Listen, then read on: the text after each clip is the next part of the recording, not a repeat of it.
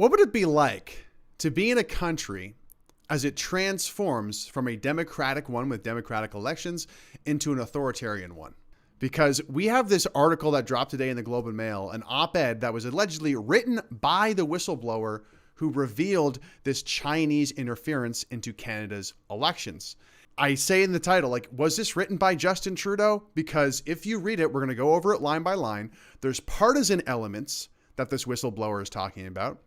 This whistleblower sounds like a politician, and there's a whole bunch of doublespeak from this politician and a lot of very political, public relations type language that you would expect from somebody in the Ottawa bubble, someone who is, always politicking. And it's just, I'm not saying that this article isn't real and it wasn't written by the whistleblower himself, but I'm just going to go over this because what's important is a lot of people are going to read this op-ed, and the message that it sends to Canadians is don't worry about it. This whistleblower is telling me how to feel about the situation, and it amounts to don't blame anybody. Don't get mad at the Liberals. Don't get mad at the Conservatives. Don't get mad at China. Don't get mad at any bureaucracy. Okay? Hopefully I don't get punished too badly. That is essentially the message that this op-ed sends to readers. And in many ways, this is standard for what a lot of the Canadian news media does, is a lot of what the Globe and Mail, CTV, Global News, CBC does, which is, is there widespread corruption? Is there another horrible scandal that happened with our prime minister and the highest levels of our government? Yeah, well, we're looking into it. Don't worry about it. That's what we've been seeing for the past 3 years. That's what the news media effectively does. Hey guys, we're holding them accountable. We're holding them accountable. Don't worry about it. We got this. And then nothing happens. And even with this election interference, this op-ed effectively works the exact same way. But let's get into it here. Okay, so why I blew the whistle on Chinese interference in Canada's elections. This was published just 2 hours ago. We're going to first read this, a note from David Walmsley, editor-in-chief of the Globe and Mail. Revelations from the author of this opinion piece formed the backbone of our news stories that there is foreign interference in our political system at all levels of government and across Canada. Wow. The facts in those stories, which are just part of our in-depth and years-long reporting on the issue, are uncontroverted, which means matter of fact, like this is a verified fact. So the Globe and Mail has been reporting this for years long, and essentially we've really only started to hear about it this past fall, if I'm not mistaken. I guess there's been other instances of there being election interference, but anyway, it's kind of interesting that we're only really hearing about this now, more widespread, when they've been doing it for years long. There's interference at all levels of government across Canada, year-long reports, but we're only hearing about it now. Anyway, however, the individual faces possible prosecution for revealing classified documents. I mean, it must be scary to be the whistleblower, don't get me wrong. This is a rare moment in which we have granted confidentiality to an opinion writer. We recognize conferring confidentiality demands a great degree of trust on the part of the reader.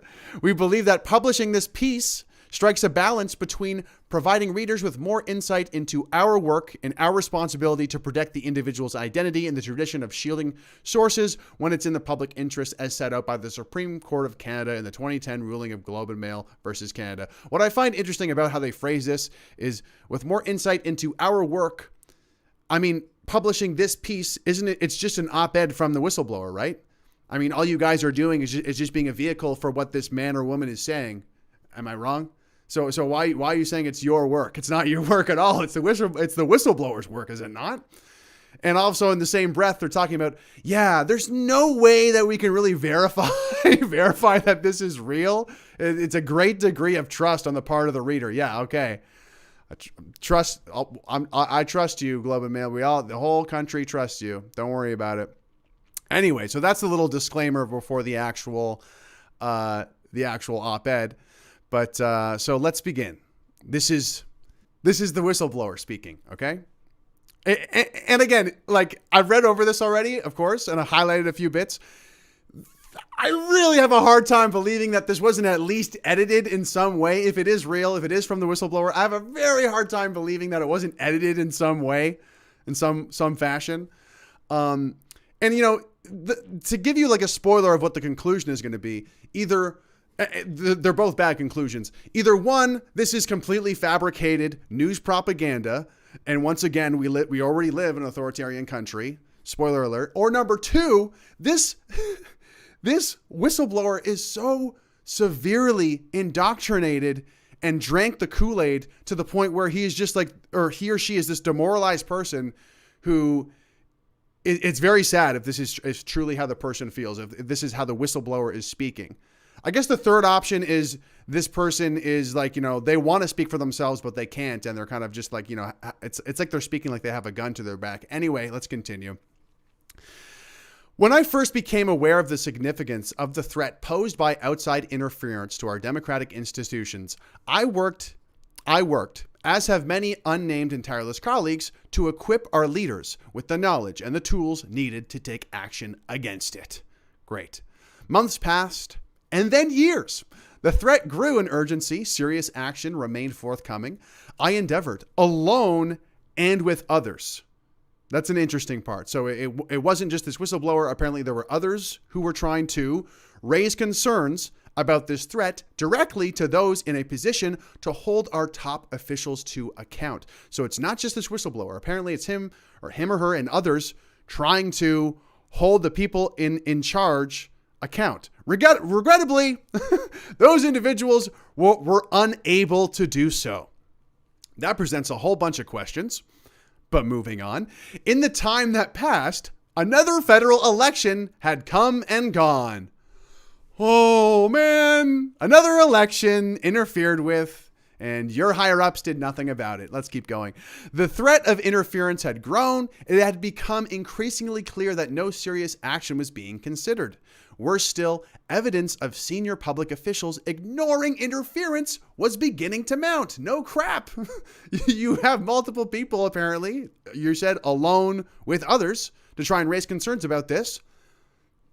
So there's public officials ignoring interference. This is becoming an even bigger problem. Despite these concerns, the decision to discuss this threat with Canadian journalists was not an easy one. In this line of work, the question of whether or not to blow the whistle rarely arrives unaccompanied by other ones. So this does make sense, as if this person is, privy to this information. It is very sensitive information. It makes sense why you would not want to leak it. Anyway, they say, I asked myself, can I do this while mitigating the risk to our country's sources and methods? Will this mean the end of my career? Who will take care of my family if I go to prison? So this is obviously... Well, let's just keep going. I do want to emphasize, though, that they're emphasizing the risks of the whistleblower. So if somebody is also a bureaucrat who knows a bunch of dirt on the Canadian government and they're reading this is just stoking the fear in them. Like, oh man, yeah, that is very risky. I don't know if it would be worth it. Is it worth it for this whistleblower? Let's keep reading. For me, the answers to these questions was found in weighing them against the public interest. I hold no personal complaint against our public leaders, against our national security community, or against the Liberal Party. Really? Are you serious, whistleblower? You hold no personal complaint against political leaders, our national security community, or against the Liberal Party. You just finished saying that there's evidence of senior public officials ignoring interference was beginning to mount. That's not something worthy of complaint. Why did you blow the whistle? You blew the whistle because, I guess it's not a complaint, but you obviously see a problem. This is what I mean about the doublespeak, guys. This sounds exactly like a politician or a public relations piece. It does not sound like some, op-ed from a whistleblower, in my opinion. I hold no personal complaint against our political leaders, against our national security community, or against the Liberal Party. And read this. Indeed, and this is in red, indeed, I have voted for the latter in past elections and hope to be able to do so again one day. This sounds like a struggle session, you guys. Like if someone got caught being like a whistleblower for communist China, they would make them write a letter pretty well close to this. I have, even though the communist Chinese beat me up and, Xi Jinping took away my family and scalded me and my life is ruined forever, I hold no personal complaint against our political leaders, against our national security community, or against the Liberal Party. Pfft. Say it like you mean it. Indeed, I have voted for the latter in past elections and hope to be able to do so again one day. I love the Liberal Party so much. Am I crazy? This whole piece seems so creepy. Anyway, let's continue. Neither was my decision taken out of any special animus toward the government of the People's Republic of China, despite its driving involvement in these affairs. And of course, China number one. Even though China interfering with our elections, even though our higher ups aren't doing anything about this, I have nothing against China whatsoever, you guys. Nothing against China at all. I love China. Okay.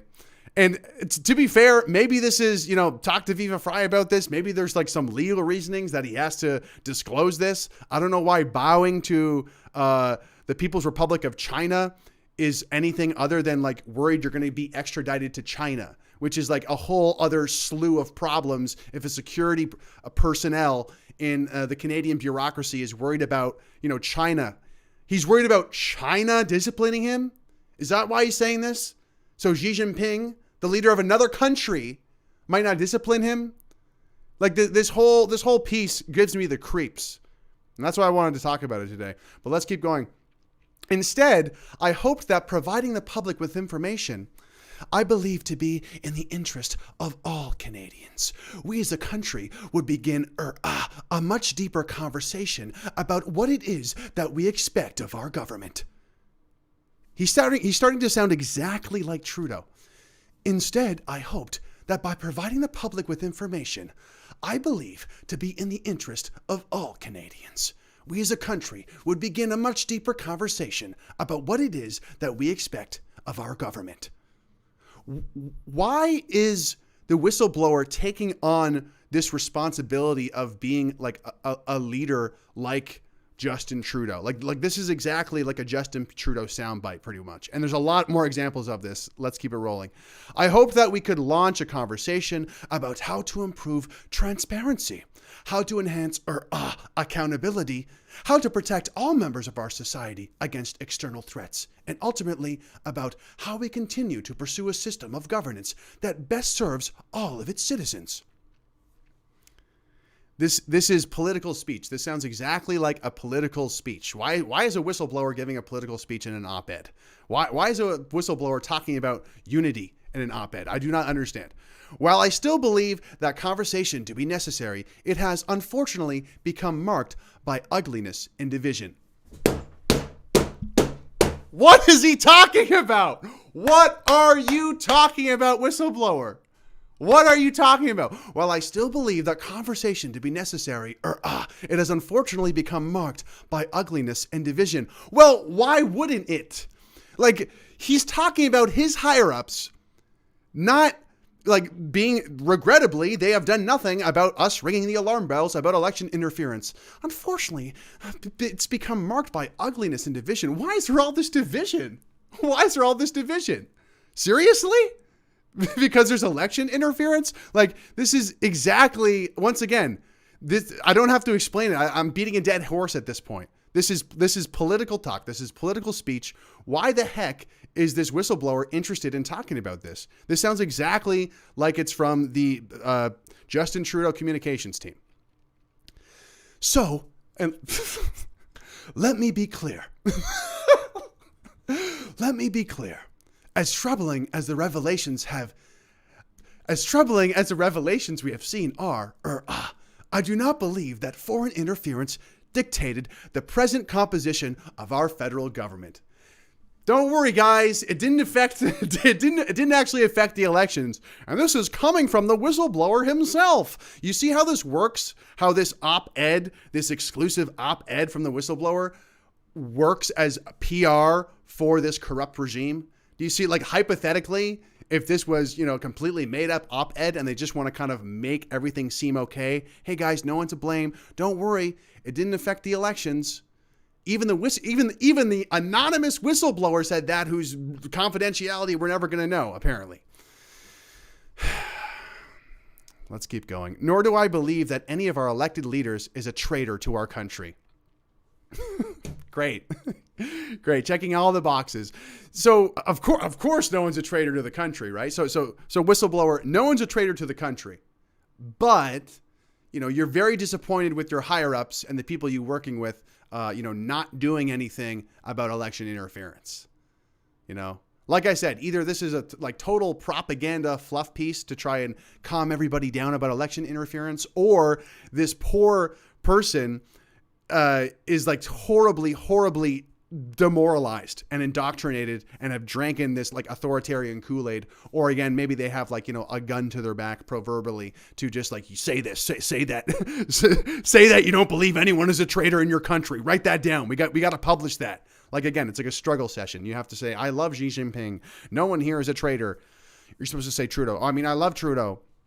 Nonetheless, let's keep going. Nonetheless, the growing impact of foreign interference on our ability to enjoy a free and fair political process is undeniable. To enjoy a free and fair political process, it's not something to enjoy. It's something that's fundamental to the whole significance of this democratic country called Canada. I want to enjoy a democracy. No, I want that fundamentally. That's kind of what comes with Canada in and of itself. That's supposed to be fundamental to what it is we're doing here in this country. Will these revelations give some Canadians cause to question the integrity of our democratic institutions and processes? Yes, they well might. No crap, man. No crap, Mr. or Mrs. Whistleblower. And the whole answer to this question is obvious. Why I blew the whistle on Chinese interference in Canada's elections? Because it's the right thing to do.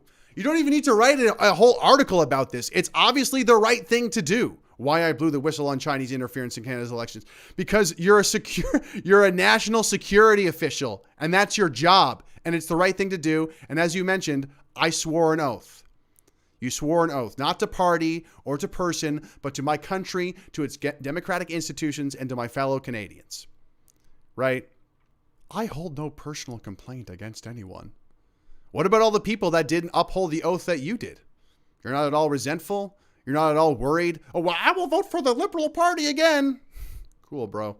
So yeah, again, a stupid question. Will these revelations give some Canadians cause to question the integrity of our democratic institutions and processes? Yes, obviously. That's kind of why you did it, whistleblower. Is that not why you did it? So people can start questioning this? But preserving the alternative that Canadians remain unaware of the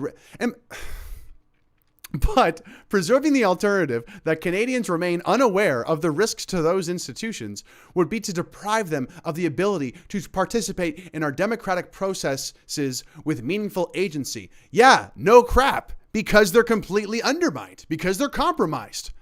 Of course. Why does he even have to explain all of this? He or she have to explain all of this. Maybe it's a they, them. It kind of sounds like a they, them at this point. Anyway, moreover, it would be to brush aside the experiences of many Canadian members of diaspora communities who have long been unable to express their political voices freely and unfettered by the threat of foreign intervention or reprisal. It would be to brush aside the experiences of many Canadian members of diaspora communities who have long been unable to express their political voices freely and unfettered by the threat of foreign intervention or reprisal. So I think this is interesting because later he basically says, oh yeah, this is not a China issue. This is not a China issue. Then what the heck are you referring to here? What are you referring to here in this quote here? You're worried about people not being able to express their political voices freely and unfettered by the threat of foreign intervention or reprisal. It's not China though. Not I'm mad at China. No.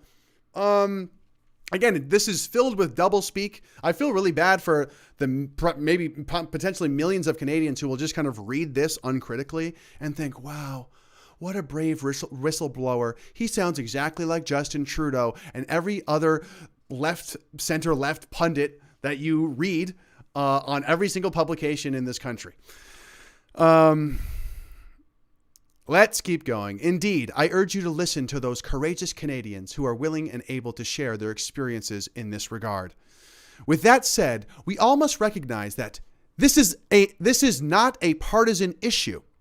This is not a partisan issue. It's interesting that he said this is not a partisan issue. And he earlier in the article says, by the way, I would really like to vote for the Liberal Party again. I hold no personal complaint against anyone, the Liberal Party. Indeed, I have voted for the latter in past elections, and I hope to be able to do so again one day. It's not a partisan issue, though, guys. Nor is this a China issue. Your fellow progressive Canadians, your fellow conservative Canadians, and your fellow Chinese Canadians are all just that, Canadians. Terrorist attacks against this country. A Canadian is a Canadian, and you devalue. Did Trudeau write this? Did Trudeau's team write this? It sounds exactly the same. In having this conversation, we must resist the reflex to reduce the challenge that faces us to one of us versus them. To one of us versus them. This sounds like it was written by a Chinese PR agency. This is written by the same people who say, guys, don't say Chinese, say Beijing. Okay? Don't say Chinese virus, say COVID-19. Guys, this is not, we must resist the reflex to reduce the challenge that faces us to one of us versus them. Like so much of this opinion piece really feels like propaganda from communist China, like, quite frankly. And let's continue. We must recognize that protecting our civic values should not, need not, and cannot come at the cost of abandoning our commitment to diversity and multiculturalism. Again, why the hell is this the priority of the whistleblower? Hey, you know what I'm going to do? I'm going to write this inspiring piece for the Globe and Mail about unity of the country. If you're blowing the whistle, you're probably more concerned about the integrity of elections. Man. We must come together as a national community and ask ourselves, how can we do better? How can we do better? A national community? What about the bureaucrats? What about your bosses who do not want to hold themselves accountable or their higher-ups accountable? What about the officials that ignored the evidence of election interference? Yeah, we need to come together, a community, and see how we can do better. What the hell is this?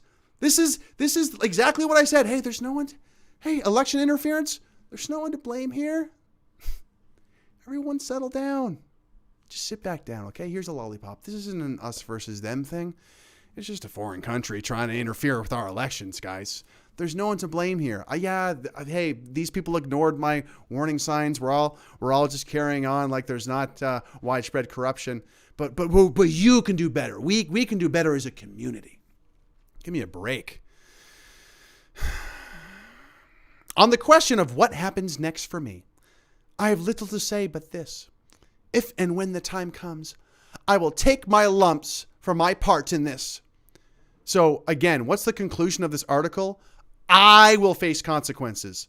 I will face consequences as the whistleblower. I will face consequences. Not your higher ups, not the people that have ignored this for years, not the corruption, not these different people. No. I will take my lumps. Again, if you're a potential whistleblower reading this, you're feeling guilt. You're feeling like, oh wow, he's the one facing the consequences for being a whistleblower. I will do so without resentment or regret, knowing that while what I have done may be unlawful, I cannot say that it is wrong.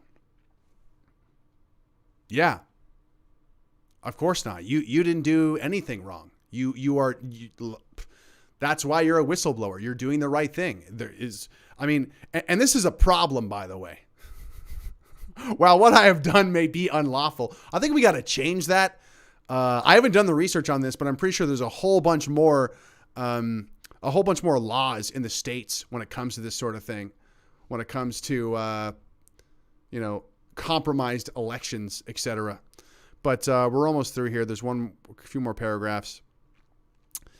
I say this because I was raised to believe that integrity is the act of weighing your actions against your principles, not against what is convenient or expedient. I agree. But again, all of this Shouldn't you be more upset at your higher ups? Once again, if you have all this integrity, like this person literally casts no shame, no judgment, no blame, no sort of urgency to the people who have ignored this election interference, to the people who were alongside him and haven't blown the whistle. They're like he says he's kind of this person who, hey, I'm serving my country. But by the way, I'm the only one to blame here. I'm the only one who will face consequences here. And it gets worse. And here my principles remain firmly tied to those words in my oath. I will serve my country. I will serve the democratic institutions on which it is founded. And I will most certainly serve my fellow Canadians. What about your bosses? What about the other people? Why not add a part in this op-ed about why aren't these people upholding their oath? You're not even going to add one line in this op-ed? On your opinion, as the whistleblower, you're not going to add one little line, shaming your bosses for not listening to you, shaming your higher-ups, shaming people for ignoring election interference. Pretty interesting whistleblower, in my opinion. I'm not the first in our public service to have grappled with such an unevitable ethical dilemma in recent years. Not so long ago, our former Justice Minister Jody Wilson-Raybould faced one that was even more acute given what she stood to lose. I worry, however, that we may be running short on individuals. Yeah, this part's weird. I worry, however, that we may be running short on individuals willing and able to risk the consequences of standing by their principles. I worry that we may be running short on individuals willing and able to risk the consequences of standing up by their principles. I totally agree with this. And again, if you're a potential whistleblower, this isn't really like a battle cry. This isn't really like an encouraging thing. It's more of like I don't think there's many people out there who are going to try to fight this authoritarianism out there. I don't think there's many of us left. I might go to jail. I might lose my kids. I don't know what's going on here. I'm going to take my lumps. Why not a call to action for more whistleblowers? Why not a call to upholding your oath to have some more dignity, to encourage other bureaucrats or people who might be caught up in other corrupt things going on in our massive government, encouraging them to speak out? No, none of that from this whistleblower. It's just like, I'm worried we're running short on individuals willing and able to risk the consequences of standing by their principles.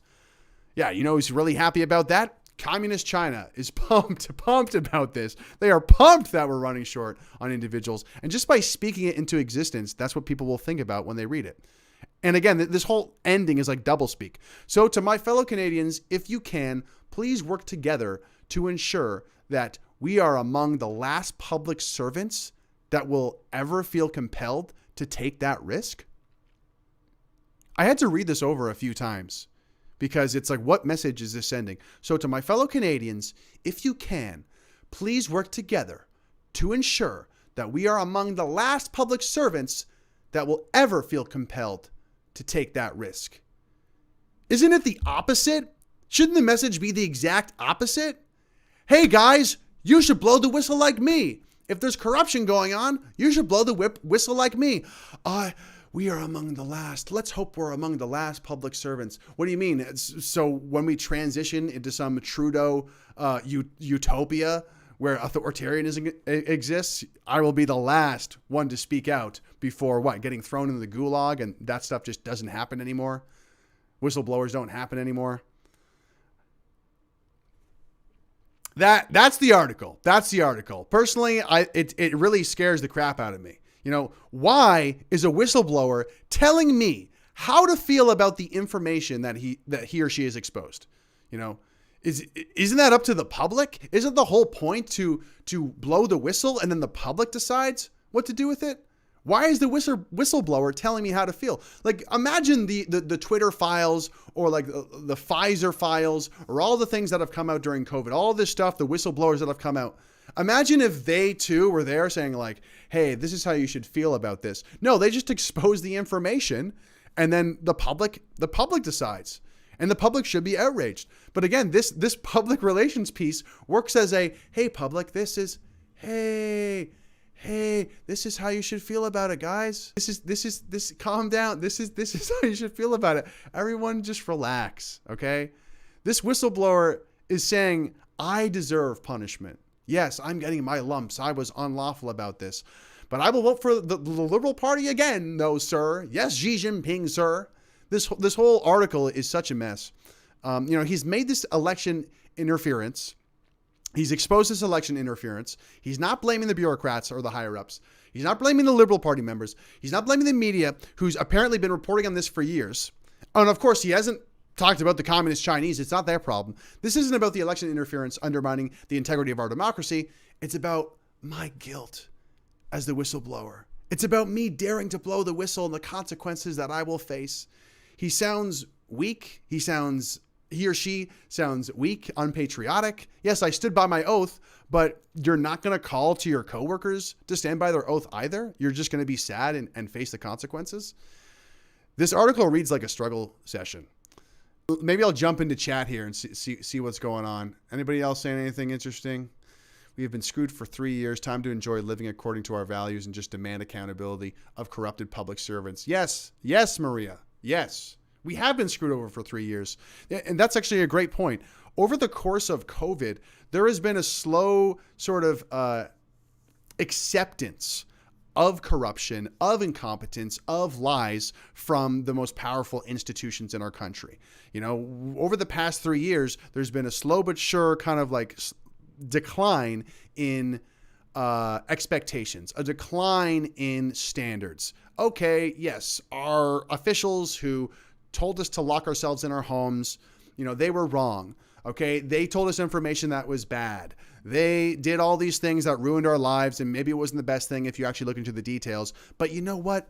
They were doing their best.